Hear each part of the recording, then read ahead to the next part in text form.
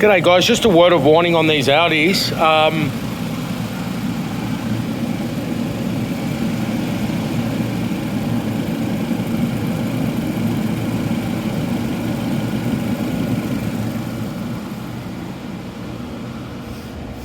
I've done maybe 15 coolant regs on the Volkswagen Audis, the coolant regulator pump, and I've never had trouble filling the cooling system.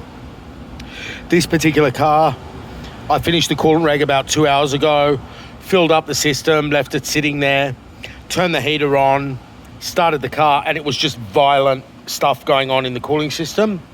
And we have had no choice but to use this function to open thermostat and circulate the coolant. I don't know, maybe in the past I've just been lucky or something like that, but I was avoiding it because theoretically you shouldn't really need to do that. And I wanted to, I thought it'll settle or there's something else going on here. So spare yourselves, guys. You could end up changing a head gasket for that. The car's now been running for about half an hour. It's fine.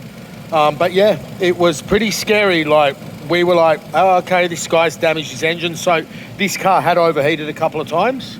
So anyway, yeah, there will be an event where you might need to activate the auxiliary coolant pump to circulate and to open the thermostat using a scanner.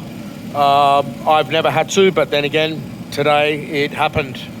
Hope that helps. All right, guys, bye.